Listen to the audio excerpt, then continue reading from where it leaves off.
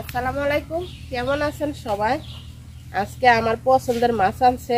অনেকদিন ধরে বলতেছি যে একটা পাঙ্গাস মাছ আনো, আমার পছন্দ মতো মন মতো রান্না করে খাবো, কারণ পাঙ্গাস মাছ আমার খুব পছন্দ। আর ডাক্তার আমার নিষেধ করছে যে পাঙ্গাস মাছ খাইতে। আমি খাই না, খুব কমে খাই। তো আজকে আমি যেভাবে রান্না করি এভাবে যদি রান্না করেন, যারা পাঙ্গাস মাছ খান না তারাও খুব মজা করে খাইতে পারবেন। খুবই মজা হয় রান্নাটা। তো আগে মাছটা পরিষ্কার করে নেই, খুব সুন্দর করে কাইটা নেই। আজকে টিপ টিপ বৃষ্টি পড়তেছে, তো এমনিতে বৃষ্টি দেখা যায় না, তো পানির দিকে তাকাইলে বোঝা যায় যে বৃষ্টি হইতেছে। এই বৃষ্টিতে শুধু কাদা হয়, পানি হয় না, অল্প অল্প বৃষ্টি হয়। তো আগে কাঁটাগুলা কাইটা নেই। এসি তো মনে দাঁড় কমে গেছে, দাঁড় নাই। পাতিল যে মাঝি, তো একটা জালি নিয়ে নিছি, এটা দিয়ে কিন্তু আমি পাতিল মাঝি না, এটা দিয়ে সবসময় মাছ পরিষ্কার করি, এটা আলাদাভাবে রাখা দেয়। তো এটা দিয়ে ঘষবো, আবার ডুম্বুর পাতা দিয়েও ঘষা যায়। মাছটা খুব সুন্দর করে ঘষা নিছি। তো আগে ধুয়ে নিব। বৃষ্টি হইতেছে কিন্তু গরম কম না, এত পরিমাণ গরম দিয়ে রাখছে। আর আজকে দেখেন আমার বাড়ি একদম ফুলে ফুলে বইরা গেছে, গোলাপ ফুটছে। এই ফুল তো প্রতিদিনে ফুটে, আজকে গোলাপ ফুটছে বেশি আমার বাড়িতে।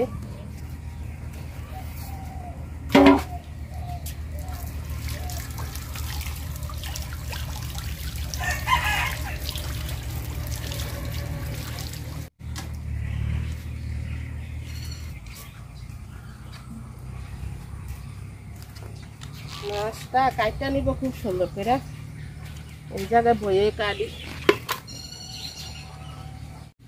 মাছটা দেখেন আমি খুব সুন্দর করে পরিষ্কার করে নিছি। তো কাইটা নিব এখন।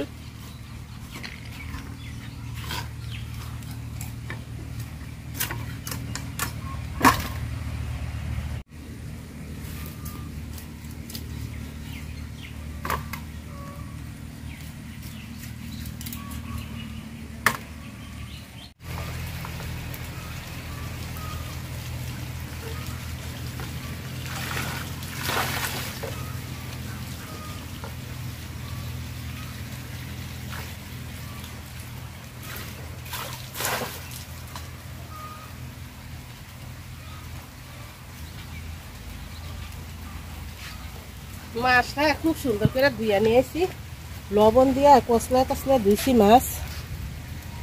আজকে মাছ রান্না করব, পেঁয়াজ আর অল্প একটু আদা রসুন বাটবো, বাইটটা কাঁচা মাছ রান্না করবো আমি মশলা দিয়ে। এভাবে মাছ রান্না করে খাইলে খুবই মজা হয়। পাঙ্গাস মাছ আমি অন্য মাছ খাই না, এভাবে শুধু পাঙ্গাসে এভাবে রান্না করি। তো যে কোনো বড় মাছ এভাবে মশলা দিয়ে মাখায় রান্না করে খাইলে মজা লাগে। তা আমি বিশেষ করে পাঙ্গাস মাছ এভাবে রান্না করি। আর অন্য কোনো মাছ আমি এভাবে এখন পর্যন্ত খাই নাই, তবে বড় মাছ আমার কাছে এভাবে রান্না করলে পাঙ্গাস মাছ খুবই ভালো লাগে খাইতে। কয়টা কাঁচা মরিচ লাগবে আমার। কাঁচা মরিচ সব পাইকা পাইকা গেছে গা, তো পাকা পাকা মরিচ আমি বাইটটা তরকারিতে দেই। দেখেন গাছটাও বইটা গেছে গা, মরিচও বইটা গেছে গা। এই গাছটা তুলে ফালা দিতে হবে, এই গাছটা আর মরিচ হইব না।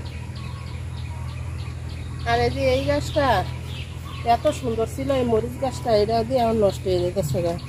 অনেক সুন্দর ছিল, এটাতে বেশি মরিচ হয় নাই, খুব কম মরিচ হয়েছে। এই গাছটাতে আবার কয়েকটা মরিচ ভালোই ধরছে, সব পাইকা গেছে গা। দেখেন এখন তো গরম বর্ষাকাল, এখন বাংলাদেশে মরিচের দাম বেশি, কাঁচা মরিচের।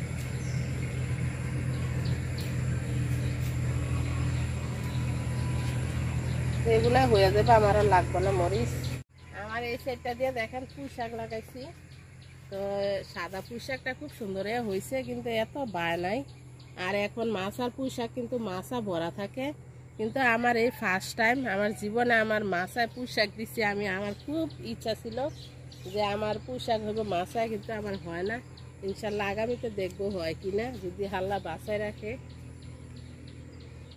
আদা রসুন আর মরিচ নিয়ে নিছি, বাইটা দিব। আজকে জিরা বাটবো না, জিরা গুঁড়া দিয়ে দিব।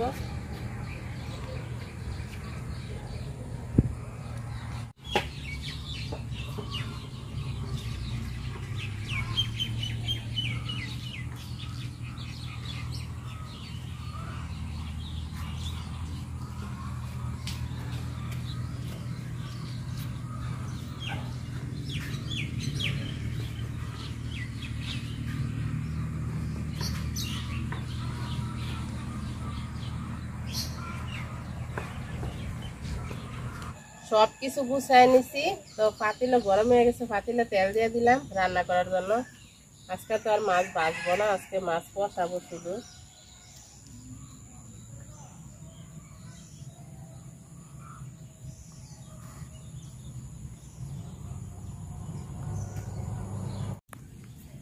পেঁয়াজ কুচি দিয়ে দিলাম।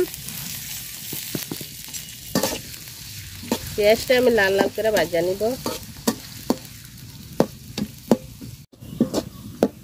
পেঁয়াজটা লাল লাল করে ভাজা নিছি। বাটা মশলাটা দিয়ে দিলাম। বাটা মশলাটা খুব সুন্দর করে ভাজা নিব আমি তেলের সাথে।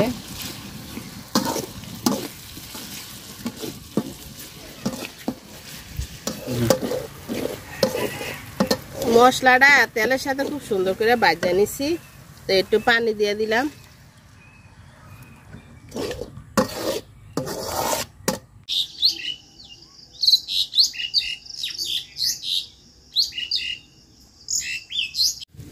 হলুদ গুঁড়া, অল্প একটু মরিচ গুঁড়া, লবণ আর জিরার গুঁড়া দিয়ে দিলাম।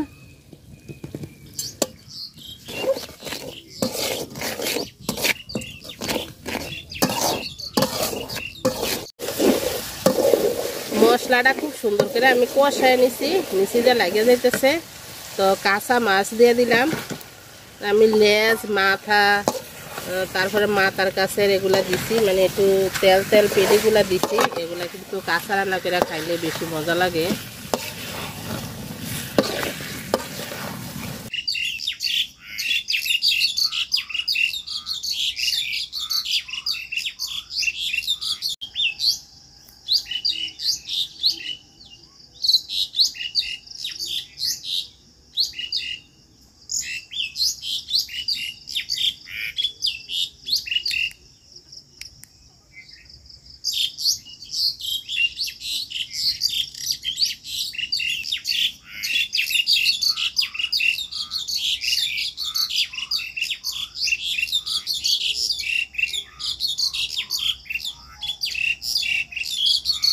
মাছটা আমি খুব সুন্দর করে কষায় নিছি। আবার বেশি লাড়লে মাছ একদম ভাঙ্গা গাডা গাডা হয়ে যাবে, বেশি লাড়া যাব না।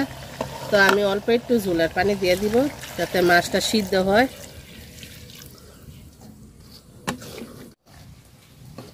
তরকারি হয়ে গেছে, মাছও সিদ্ধ হয়ে গেছে, অনেকক্ষণে সিদ্ধ করছি আমি, যেহেতু কাঁচা মাছ।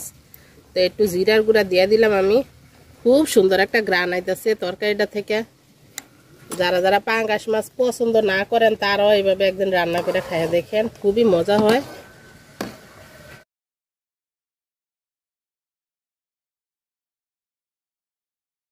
তরকারি হয়ে গেছে, নামাই নিলাম। মজাদার তরকারি। তো আমি একটু ঝোল ঝোল রাখছি, ঠান্ডা হইলে ঝোলটা আরো কমে যাবো গা। আল্লাহ হাফেজ, আসসালামু আলাইকুম। সবাই খুব ভালো থাকেন।